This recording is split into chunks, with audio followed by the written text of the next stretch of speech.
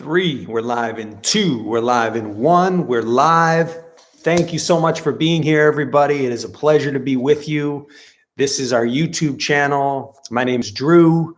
And if you haven't already subscribed, please subscribe so you can get the latest videos we're putting out from the podcast, from a new movie that we're working on, as well as just these weekly check-ins. And, a big part of this channel is health, right? That's like a passion of mine. And this is going to be a big part of this channel. And I wanted to talk to you right now about what I see as one of the hidden drivers of health. But to get into that, I just want to tell you a story that a friend of mine told me, or he wrote about. I don't remember if he told it to me. I think he wrote about it. But he's a great sports psychologist by the name of Jerry Lynch, Dr. Jerry Lynch. And Jerry said that years ago, that scientists studied a bumblebee. And they studied the bumblebee and they found that the bumblebee cannot fly. The bumblebee absolutely cannot fly because it's too round in the middle and its wings don't flap fast enough. So the bumblebee cannot fly. But yet we know that the bumblebee does fly, and it flies thousands of miles over the course of its lifetime. So the question then is, what makes the bumblebee fly?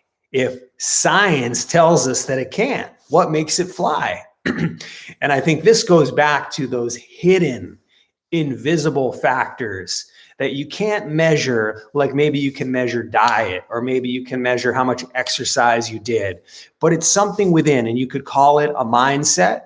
You could call it some kind of heart. You could call it heart. You could call it the heart of a bumblebee, the it factor, something that you just can't quantify. And I think this is a huge part of healing. Because again, it doesn't show up. It doesn't show up in lab work, and it doesn't show up, in an X-ray machine. But again, if you think about it, if someone is trying to heal from whatever it might be, and they don't believe that they're good enough to heal, or they don't believe that they're worthy of healing, or any of these limiting beliefs, then the question is it really even possible, no matter what they do, for them to heal? So I think that this is really the foundation of healing, is having a healing mindset, that the body, in a lot of ways, you could say, follows the mind. The body follows the mind. So this is why it becomes so important to cultivate a healing mindset, maybe as just the very bare bones beginning. Just like that bumblebee, because if the bumblebee thinks, I can't fly, I can't do this, I'm not good enough to fly, I'm not strong enough to fly, I'm just not gonna do it. Well, then that bumblebee probably isn't going to fly.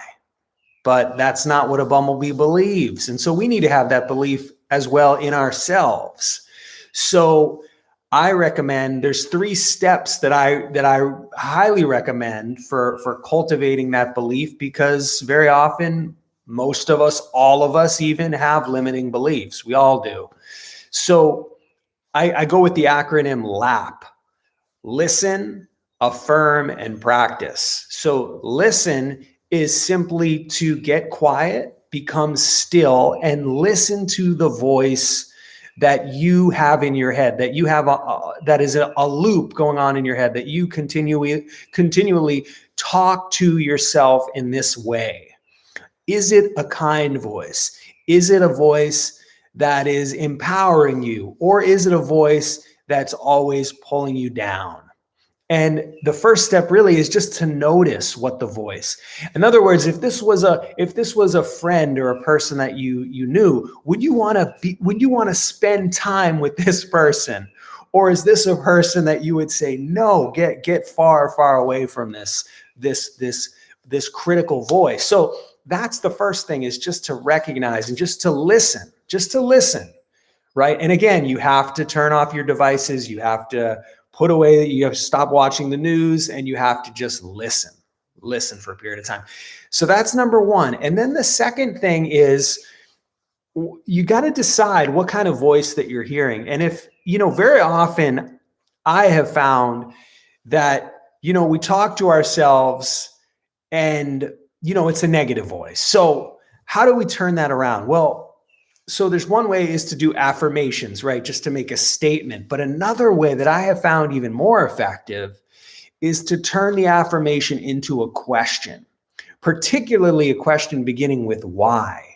Because what this does is it forces your brain and even your subconscious, when you're not even thinking, not even the conscious mind, but the underlying subconscious mind, it forces it to come up with some answers. So let me give you an example. So let's just say you're having a horrible morning, right? Everything's going wrong. You're late for work. You got a flat tire, one thing after another. And, you ask yourself the question, why am I so grateful right now? And of course, on the surface, there is zero to be grateful for, right? Nothing is going your way. But if you ask that question, why am I so grateful? Your brain is like forced to come up with an answer, and it will keep answering in a loop. Well, yes, everything is going wrong. Yes, I have a flat tire. Yes, everything is a mess.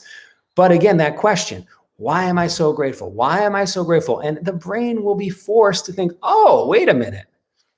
You know what? The sun is shining.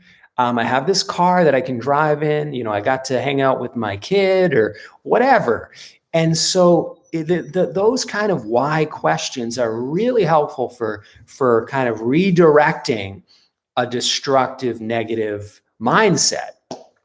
So it's what I call affirm. So that's the second step. Because if you think about it, otherwise, if we don't choose the questions, then kind of the questions choose us, because then we're asking questions. Why am I so stupid? Why am I so unhealthy? Why do I just get sick all the time? Right? If I'm asking those questions, then again, my brain is going to come up with answers, and I'm going to stay in that really that illness promoting mindset.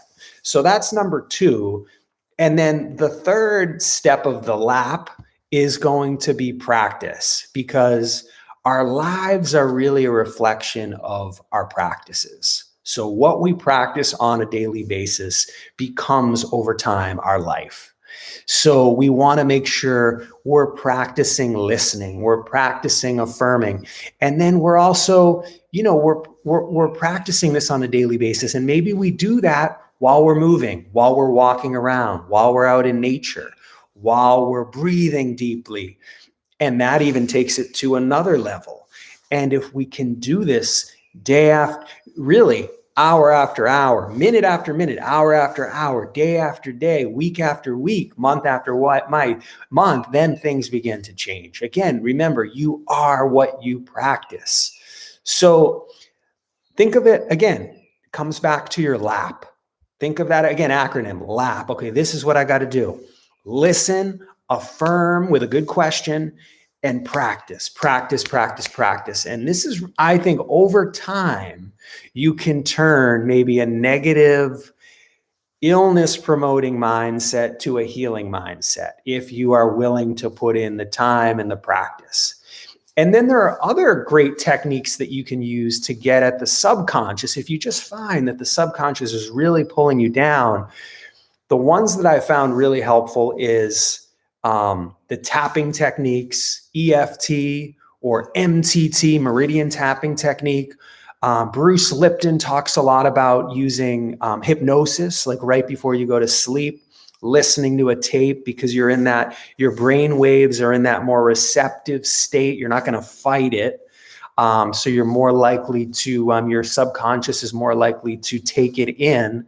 Like if you're listening to a tape, maybe with some good affirmations or some affirming questions right before you go to sleep, that can be helpful too. So there's a lot of this stuff, but again, you got to practice it. Okay, so yes, thank you. It's good to be with you again. We love having you here on this channel. And please, again, subscribe. Tell people, just grab someone, tell them to subscribe, because we want to grow this channel. We need this message, I think, now more than ever. We all do. I need it. You need it. We need it. Everybody needs it. I mean, who doesn't need it? So again, thank you for watching, and I'll see you again in the next video. Take care.